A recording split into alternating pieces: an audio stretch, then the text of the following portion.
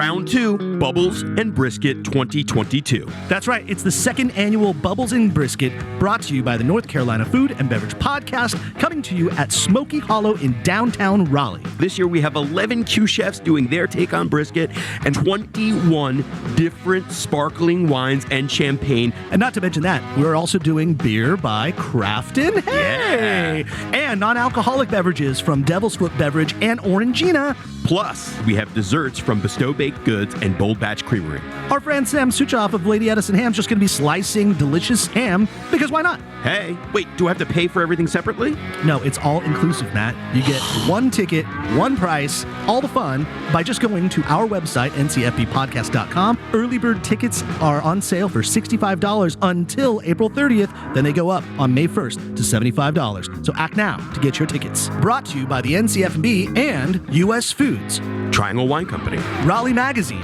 Food Scene, and Devil's Foot Beverage Company. Bubbles and Brisket on June 4th from 2 p.m. to 6 p.m.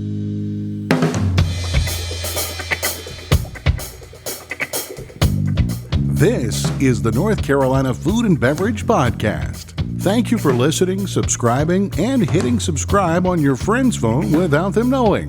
Coming to you live from the Zoom closet in the beautiful kitchen studios in downtown Raleigh. This episode is sponsored in part by Spot On, tech that helps your business grow. Request a demo at spoton.com. And Joe Van Gogh Coffee, serving the community from seed to cup.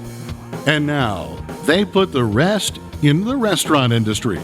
It's Max Trujillo and Matthew Weiss. Hello, and thank you for listening to the North Carolina Food and Beverage Podcast. I am your co-host, Max Trujillo. And I am your co-host, Matthew Weiss. And today on the show, we have coming to us live from New York City, unbeknownst to him, a mentor to me in my wine career.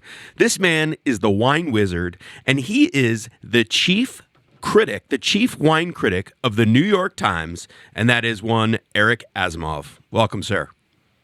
Thank you for having me. Thank you for being here.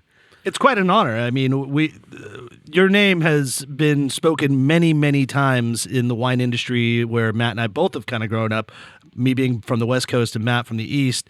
Your name travels well, even all the way out to L.A. Even those L.A. Times readers even know something about what you write. You know, it helps to have the big last name, New York Times. So, I don't take it too personally or get too self-congratulatory about it. You know, no pun intended, or maybe there was a pun intended, but the last name there, let's dive into that for a second. And there's so much I want to dive into, and I might just shut Mac's mic off. He might not know because I have so many questions. But that's fine. You're a writer. You come from a family of writers, your sister, and most notably your uncle is Isaac Asimov. And Right.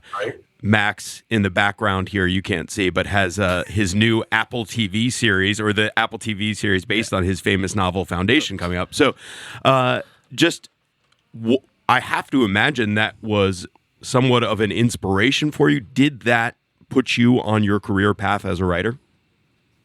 Not overtly. I mean, I think that, I didn't model myself on Isaac, obviously, but people in my family wrote. My father was a journalist as well, and started off as a reporter and became a newspaper executive. In fact, it was always my determination not to be a journalist. I was going to be an academic, but the ranks of journalism are filled with failed academics. Here I am. What line of academia would you have pursued? I was in a PhD program in history and American studies back in the early 80s. And I just, they've been saying for decades that the liberal arts was dying in the U.S., and I guess they haven't been wrong, as recent articles about trying to get university faculty to work for free have demonstrated.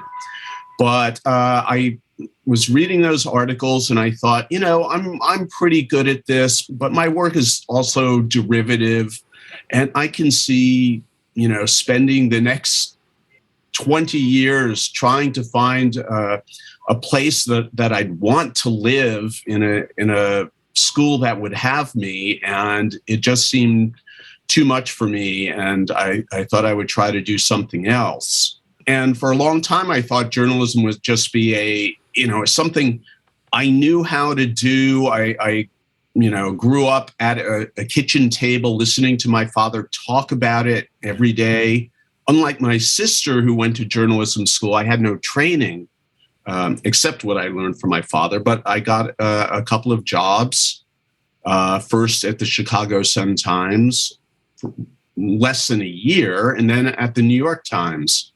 And, it wasn't my passion, but my passion was food and wine and beer at the time. And I was hired in national news and used my spare time. I figured out I could earn extra money if I wrote some articles for the food section, and started doing that. And over time, I migrated over there full time, and I've been with the Times food section now for more than 30 years. Yeah. Your curiosity, I guess, leads to some of your brilliant journalism.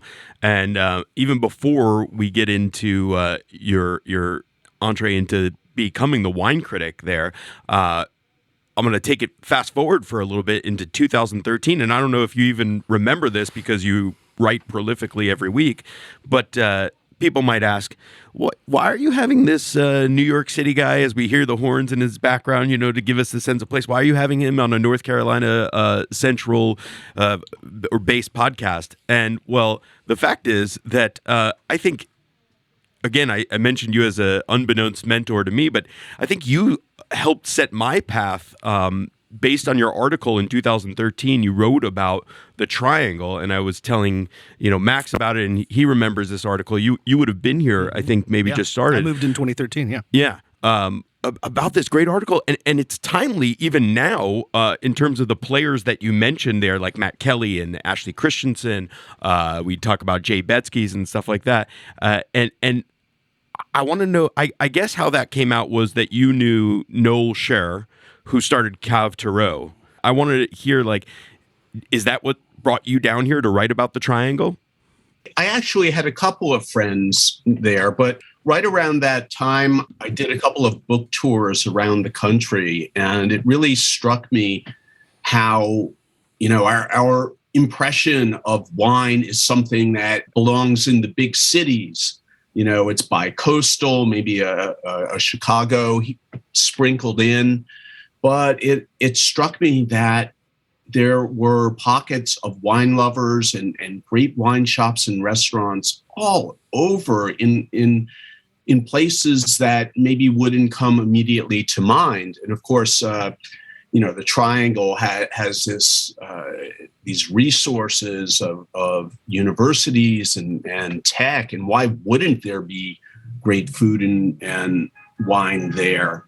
But, it goes even beyond that to, places I visited, Milwaukee, Birmingham, Alabama. And I wanted to recognize that, this isn't just New York or California.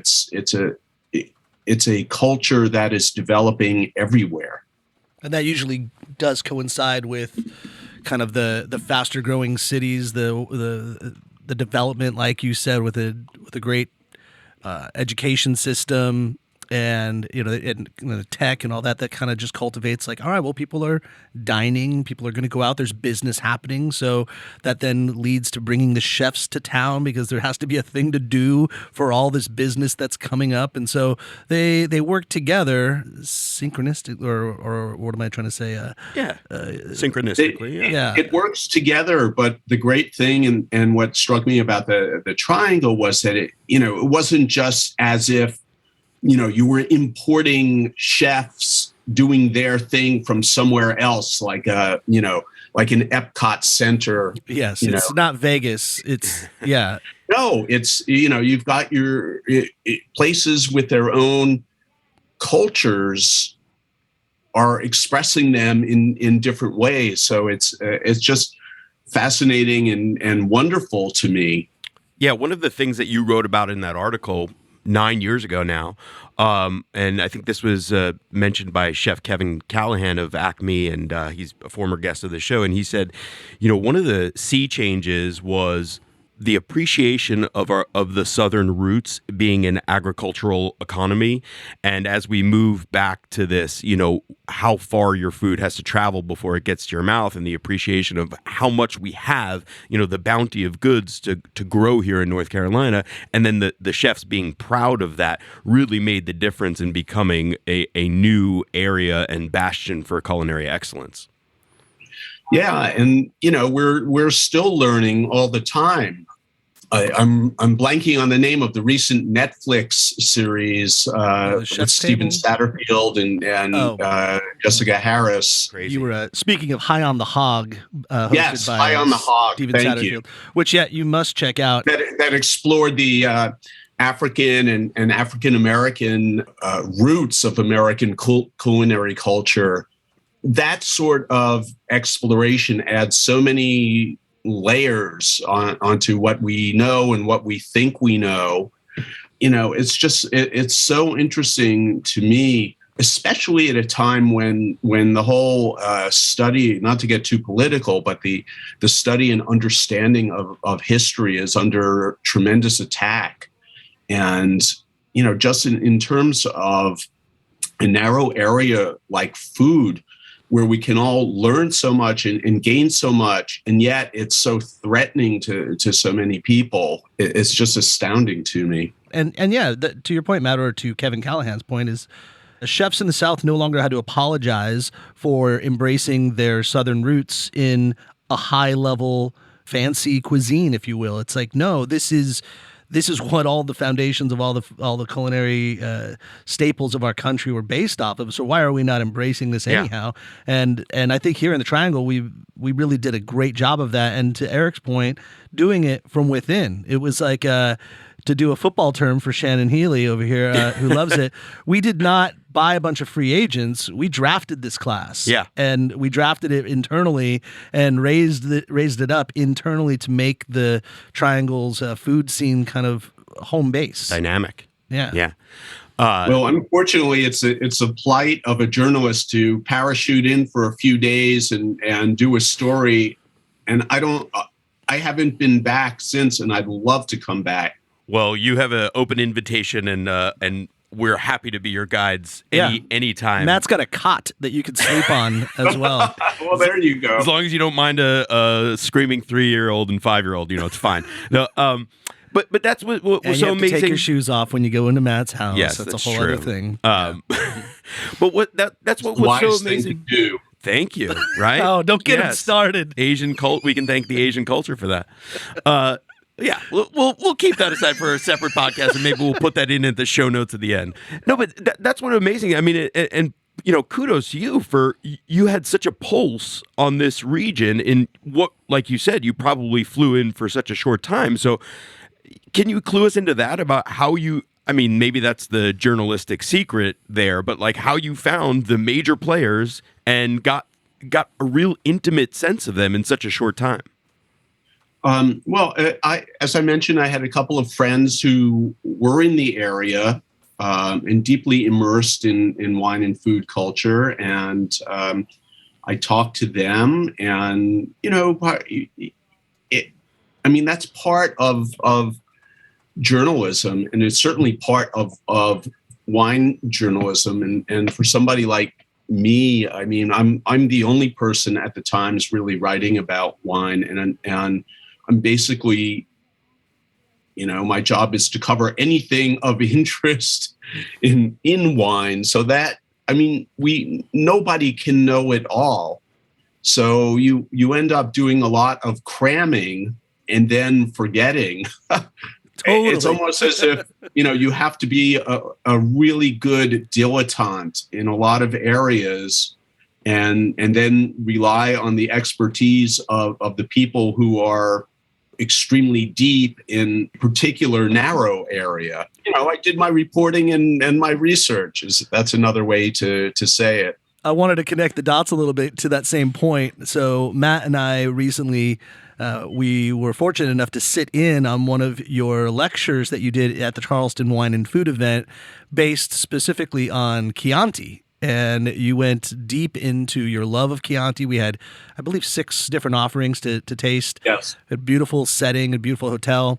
I mean, pull us behind the reins a little bit. How much personal research did you do the night before or leading up to so that you could, even the great Eric Asimov, like to be able to speak in front of what you would probably assume were some people that knew something about wine? Because Matt and I didn't spend anything. We got media tickets, but everyone else spent a lot of money to be there. We spent a lot of work to be there, man. Yeah, that's true. Don't All right, sell it short, please. But still, what was your prep to do, say something specific like that? Well, I'm a very insecure person, and I tend to over prep always. Yeah. It wasn't a subject that I, just came up with by chance. I sincerely love Chianti Classico and have been singing its praises for a few years now. So, I know the producers and I know the background, but I talked a lot about the different communes and villages there, and that requires some prep work just to remind myself. It's just one of the things. I don't really believe in omniscience, although a lot of wine people would have you believe they do know everything. And some of them do. They know an awful lot, but I've got a lot of great books on a shelf here, and I know how to look things up when I need to. And I think, rather than thinking of myself as a great wine authority, I think of myself as a pretty good wine communicator, and maybe someone who can inspire interest in exploration. And that's really what I'm hoping to do, because there's so much pleasure to be had in wine. And because it's so complicated, people's focus tends to be rather narrow and repetitive. And there's nothing wrong with that. But, it's a little like going into a Chinese restaurant and always ordering the same dish. You're dealing with one of the greatest and most complex cuisines of the world. And if you find something you like, that's great, but there's so much more. And if you're interested in exploration, here's a few paths you can take. There's so many things to unpack there. Yeah. And one thing that strikes me, because you really are an ambassador of wine, a champion of wine, and I find it ironic that your professional title is Chief Wine Critic. Well, let me stop you right there, okay, because it makes me a little uncomfortable, because I am decidedly not of the wine industry. I'm not an ambassador of wine. And, I think that a lot of wine writers think of themselves that way.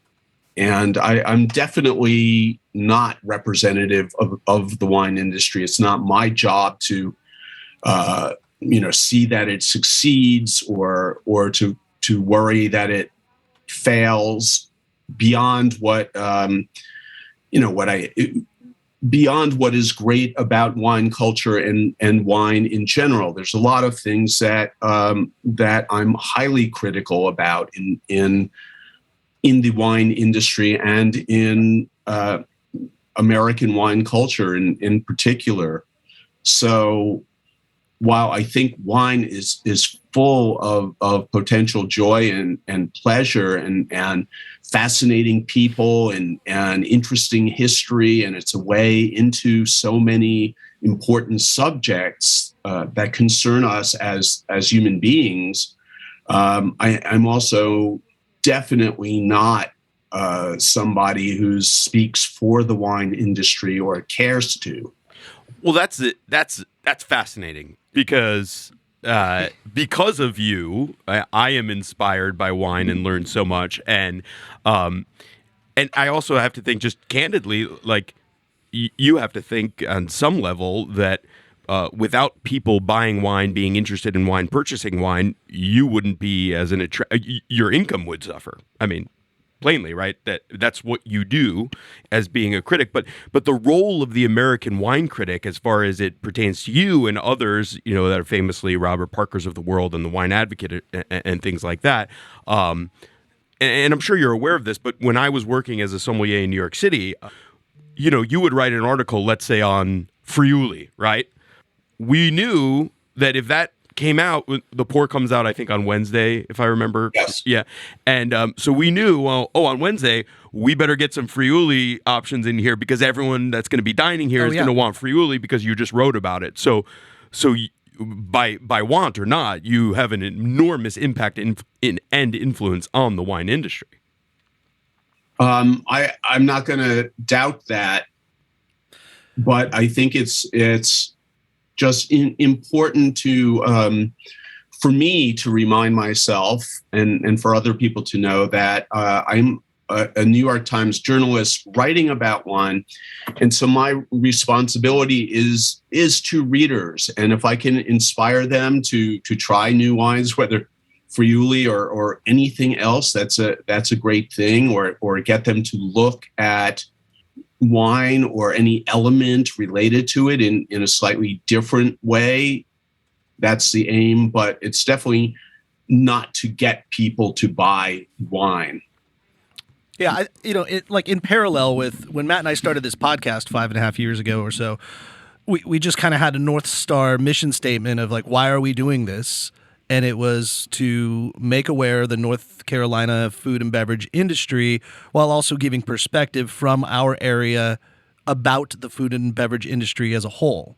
And so while doing it, you know, that's why we can break the rules and speak to the wine writer from New York Times, because it still pertains to the food and beverage culture of North Carolina.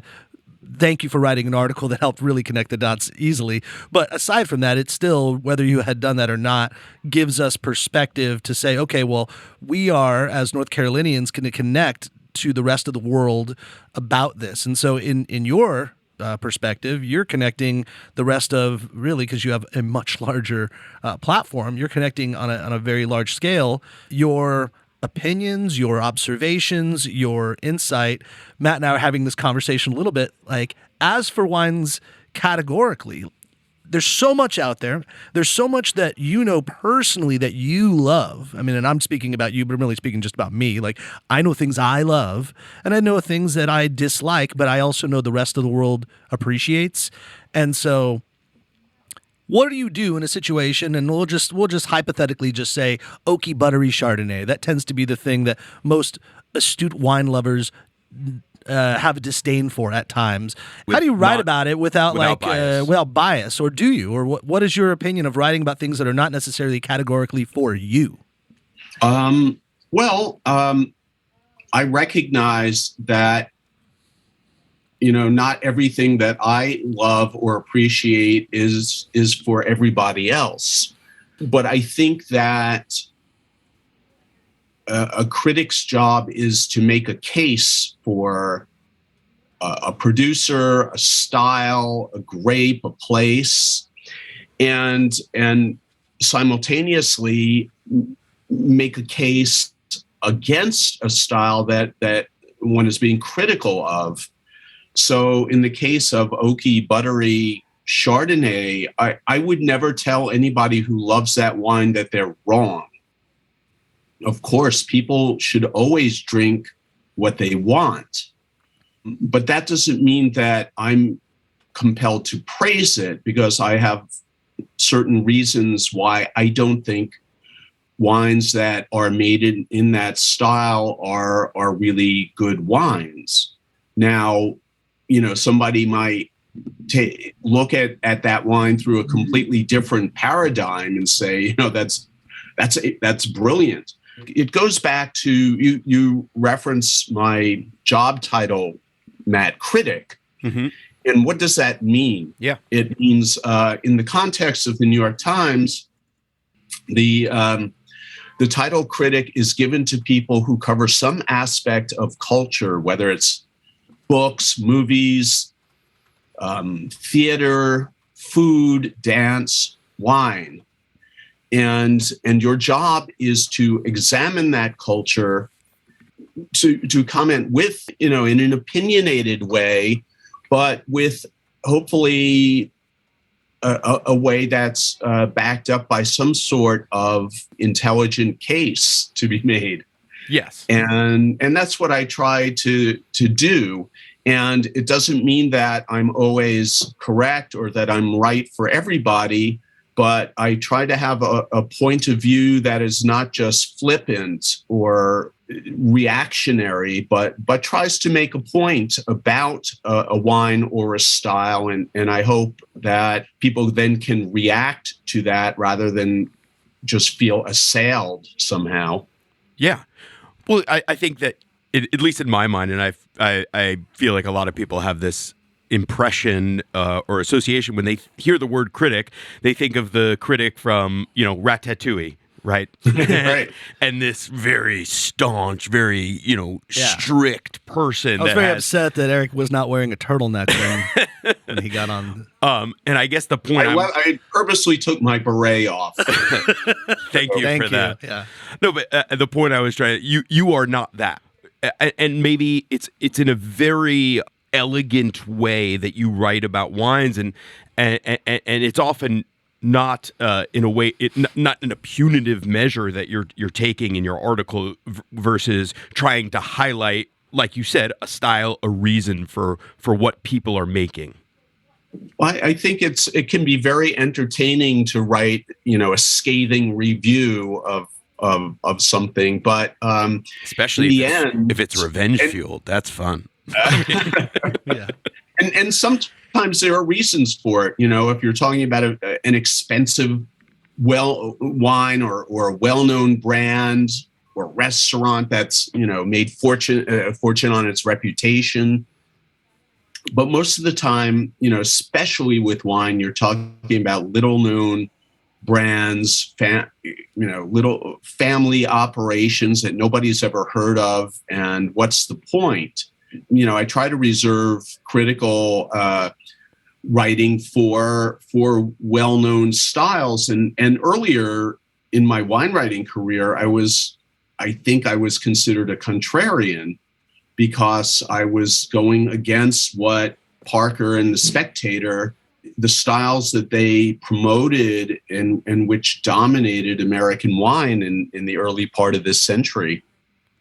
And I think that's changed in a big way, partly because of Parker's retirement, but also because of people through the internet being able to hear so many different voices, praising many different styles, and a younger generation of American wine producers who were influenced by the styles that Parker and the Spectator never really had time for. Yeah, I want to just, for people who are listening and don't really know what you just referenced, in a very simple way, in the 90s and the early first decade of the century, it was very popular to make wine styles, especially domestically and abroad, that were based on fruit forward and high alcohol and power. And now the pendulum has swung back to a much more reserved style that represents the place and the agriculture of the fruit being grown versus trying to manipulate a wine.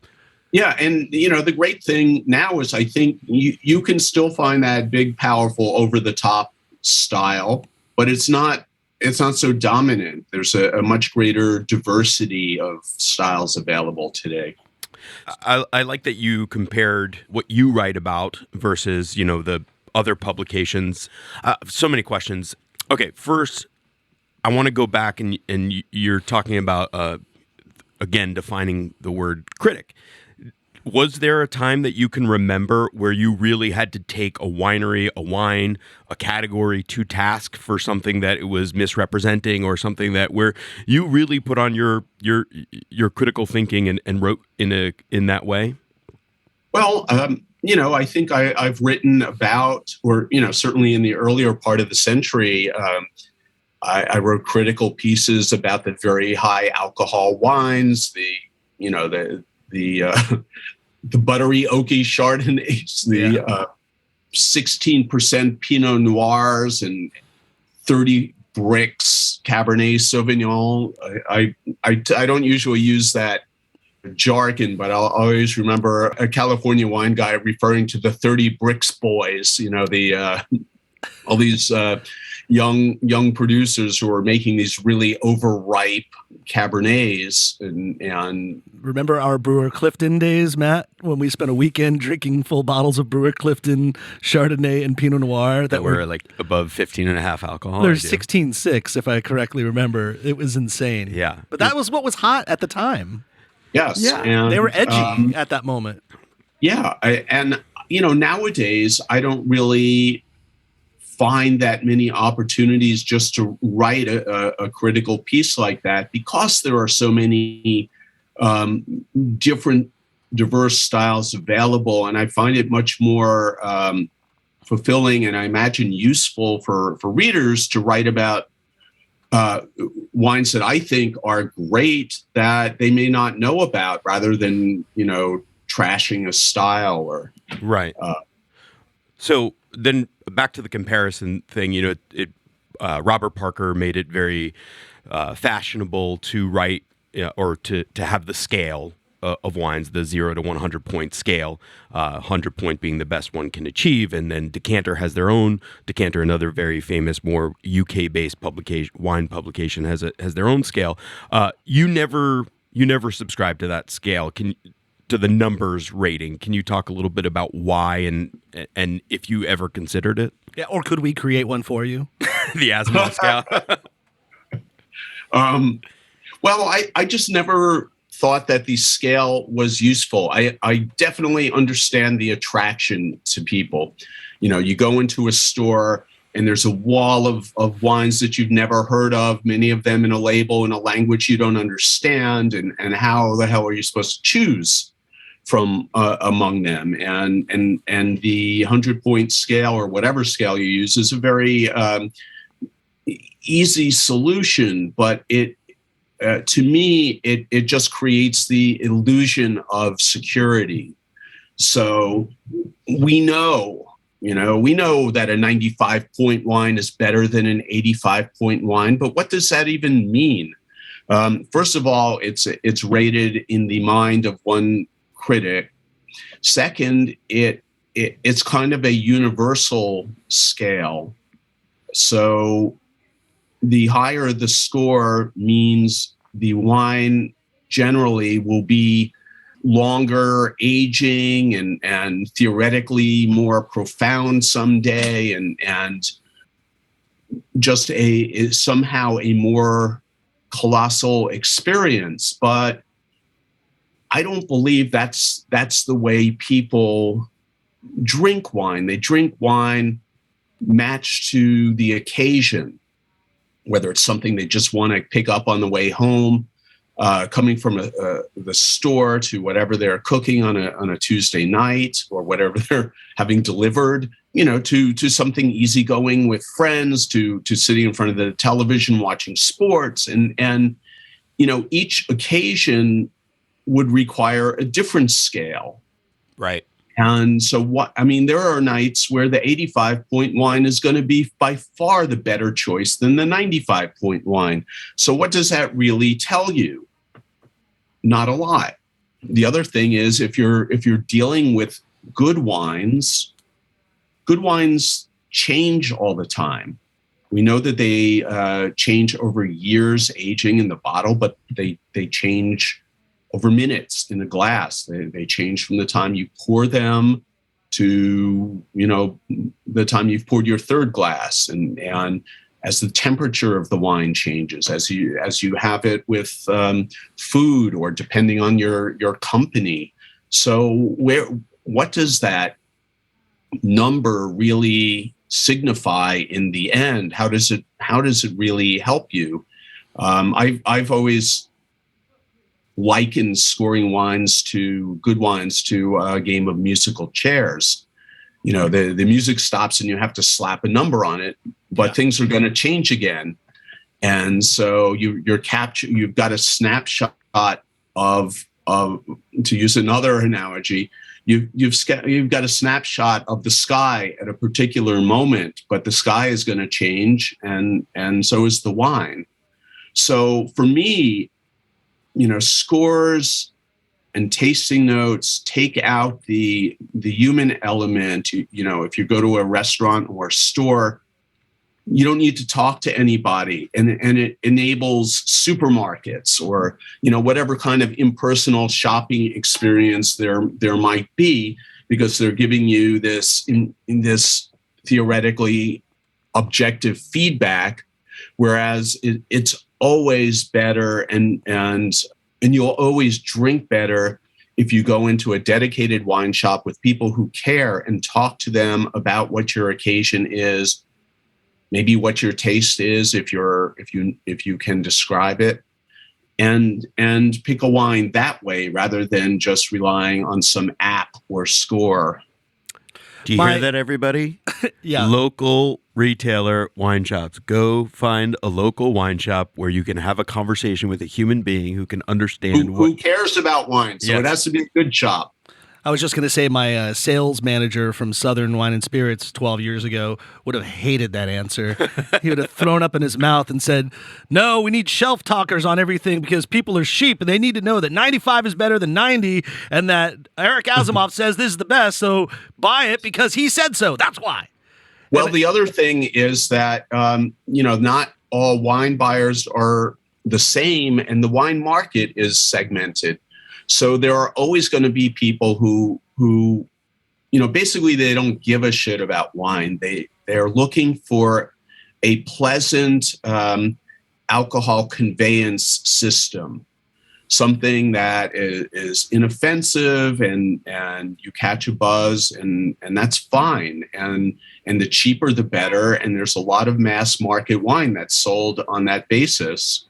And if they want to put scores and shelf talkers on wines like that, great. It's like comparing orange juice or fast food burgers or something.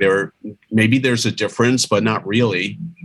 But the wines that I write about and the audience that I write for is not that audience. I'm writing about wines that are, in my opinion, generally expressions of culture in one way or another, and therefore are worthy of discussion, and are of interest for reasons beyond the pleasant buzz that you will get regardless. Right.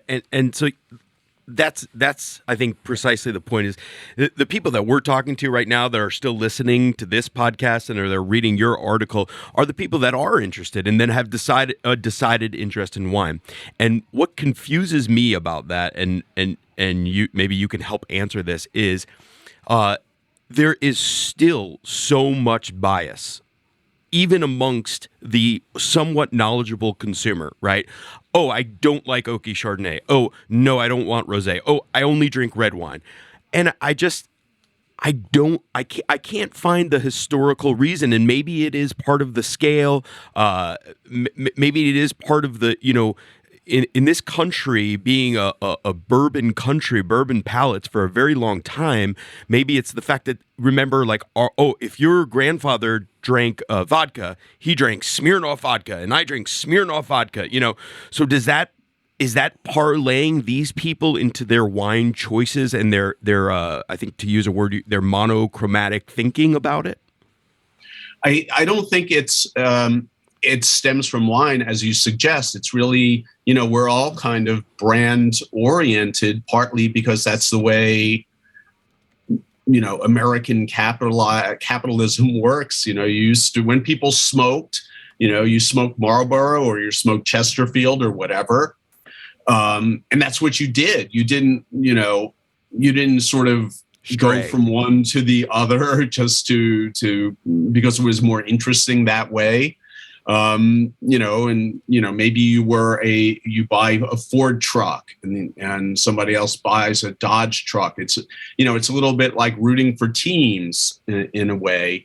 And that translates in wine because it's so much more complex that you adhere to a style rather than a producer.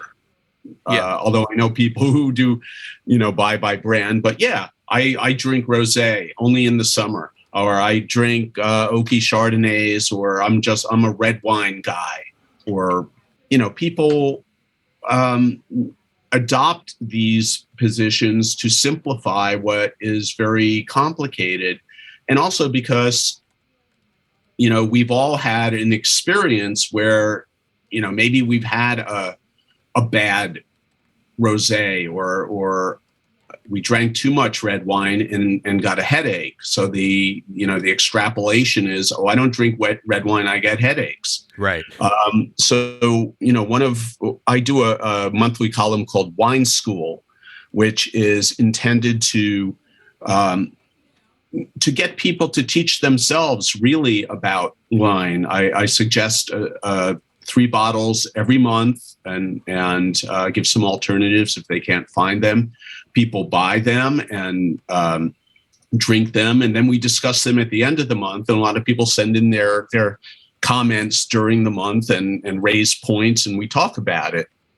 And one of my continual points is that you can't ever decide you don't like something because you've had it once. You've got to return to it because there are so many variables. I've done this myself. Tastes change.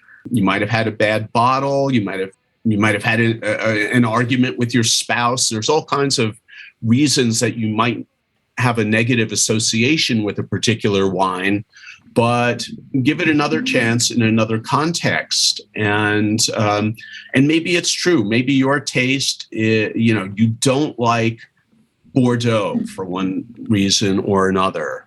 And it's not, I never believe somebody who says that. There's always a style of Bordeaux that you might like because it's so varied.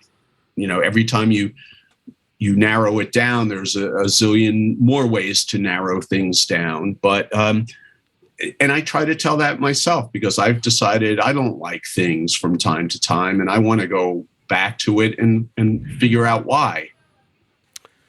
I want to play a little game here because this is fascinating, and we've got Eric Asimov at our disposal right now. So we're running a little long, but before we get out of here, this is just kind of a fun hypothetical game. Let's just say that the most recent television contestant chef, whoever that might be, just won their season, and they now were funded by Goldman Sachs or so to take over a new American bistro right there in the heart of Manhattan. And they also just gave you, Eric Asimov, a ton of cash to be their wine consultant to build this program, to get it off the ground, off the start.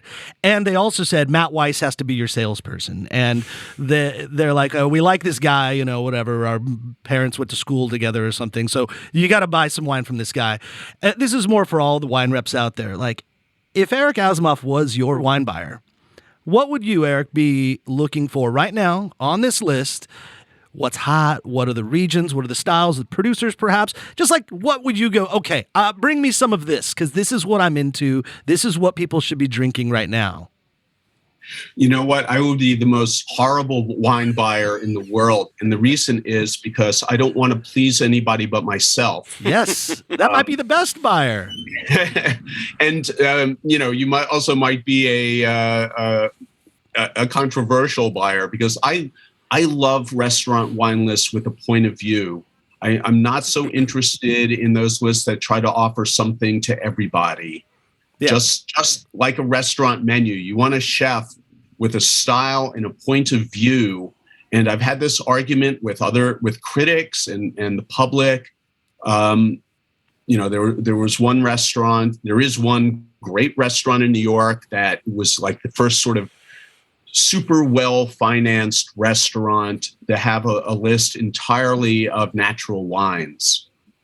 And I thought that was tremendous. Cool. And other people hated it because, why can't I go in there and have a Bordeaux? Well, if there are natural Bordeaux's, you probably could, but why do you assume that you have the right to have whatever you want? You don't go to a Chinese restaurant and order an American steak. Why? Because you're not going there for that reason. This restaurant has made wine a priority, and if you want to go, have your Napa cab, there's a zillion restaurants that you can do that in. But at this place, no, you're gonna drink our way. Thank you. And that's how my list would be. I would find a bunch. It wouldn't be all natural, no. But there might be a lot, and there would be a lot of wines that I love, and ultimately, it has to be subordinate to the food. So I would be buying wines that I hope would flatter the food and make every meal even more wonderful than it would be with this bright, shining new chef. And, that's like the most general and probably irritating answer I could possibly give. Yeah. But I'm so dissatisfied. No, Just because the answer to your question, Max, is you want to know what he's into or what you need to have, read the fucking article. Yeah, exactly. Well, yeah, because the other thing is that I'm getting, I go from passion to passion. I mean, right now I'm in the middle of tasting a bunch of Spanish white wines because over the last few years, I've just, here and there, I've had so many interesting white wines from Spain. And we don't think of Spain as a white wine. We think of red wine and Rioja and Ribera and, maybe sherry or whatever. Yeah. So it just, you reach like a critical mass and say, yeah, I'm going to just do a little collection of Spanish white wines that I really like. And at the moment, I kind of fall in love with these wines because I'm drinking them, and right now that's all I can think about. Yeah. Do you ever get pushback from the Times about like, oh, that's a little bit too heady, or let's not go down that path, or is it carte blanche to write what you want to write? Never. I think that.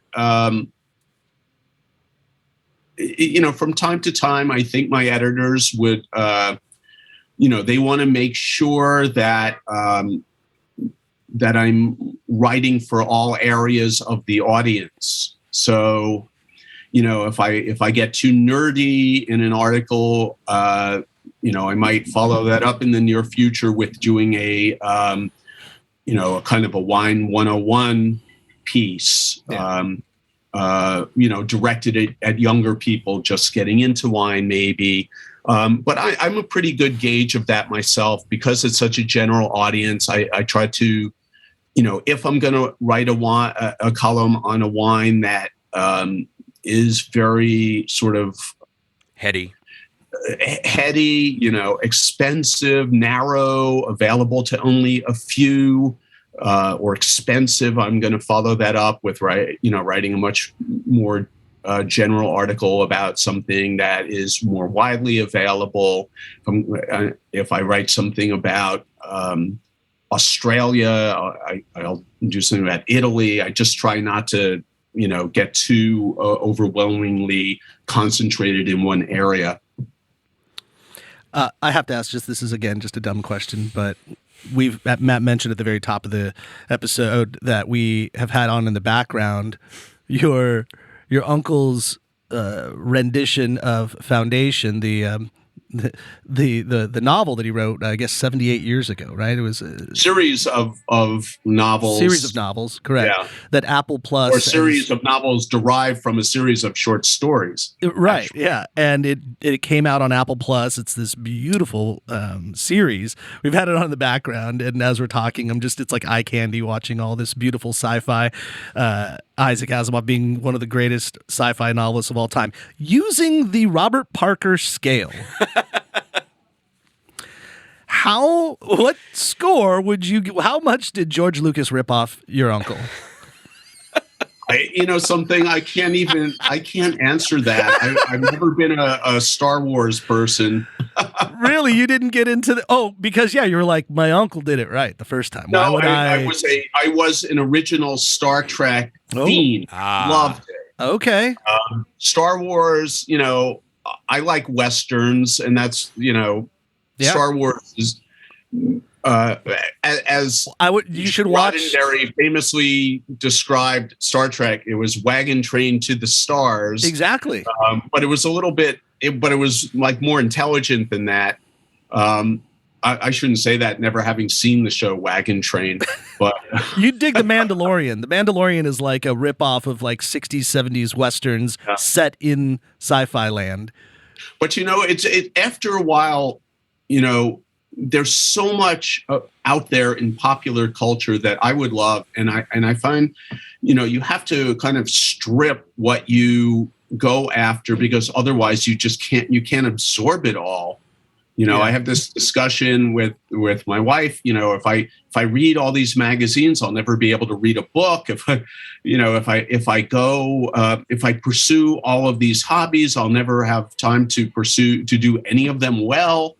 It's hard to know. I will say that Apple did an amazing job taking a story that is extremely difficult to transfer to visual arts. If you read the original books, they're almost all dialogue, and plot, and how do you add character? How do you? And I think I can't speak for my uncle or for his daughter. My cousin Robin, who really shepherded this project along for years. Producers of But to be able to adapt something that started in the 1940s to current sensibilities about diversity, and I just think it's amazing. It is pretty awesome that it's timeless in that it's so future forward that it really didn't matter. Taking the timeline out of societal ideas, it didn't matter. Rather than talking about it happening thousands of years ago or a millennia in the future, it's still just talking about people. So that was pretty cool. But they had a choice. I mean, they could, if they wrote it, made a sort of an exact reproduction of a book, it would have been a great period piece of concerns that were, they were larger than that time of history, but they're also very much rooted in that history, and they've sort of adapted it to modern concerns. And I guess you could criticize that if you wanted to. I would love to imagine what Isaac would say if he'd see it. Which is why the joke is that when you watch Star Wars, everyone's hair is like from the 70s. Like their hairstyles are all from the 70s, even though it was long ago in a galaxy far, far away. Yet Mark Hamill still had a nice feathered look to himself. Right. So yeah, our imagination, even in great imaginary projects, our imaginations are limited, I guess. Well, this has been great. I maybe you'll come back because I still have so many more questions that I want to ask you. But I could not leave this interview, or I'd be remiss if I did not pridefully notice that at this time of Passover, behind your left shoulder, you had a perfectly bottle of Manischewitz there. That's good eye, Matt. Somebody gave that to me, and I kind of, it's almost like a trophy. Right. It's better off as a visual object than it is as a imbibed drinking object. wine. Yeah, absolutely. And I'll say in summary, I guess, whether you want to say it or not, I find you as a champion of wine, and I think you are for a lot of people that you inspire wine drinking. And what I really admire about you is the breadth of which you cover and the openness to try all wines and all styles of wine, and the inspiration of other people to do that. So in summary, I hope if you're listening to this, the one thing that you would glean from it is that, like Eric said, try every style of wine. Don't just try it once. Try it multiple times so you can make a educated decision about whether you do, in fact, or don't like it. But other than that, you'll take that. Awesome. Other than that, for those of you out there, please go follow him on Twitter. It's at Eric Asimov, right? Exactly. I see. And Instagram. And on Instagram. Yeah, probably more important these days. Also, follow him on the New York Times. He writes articles weekly and also has some great publications and books out there. And go follow Eric Asimov, and you will drink extremely American. Thanks for listening to the NCF&B podcast. And if you've stuck with us this long, review us on iTunes, and remember, 5 stars are encouraged.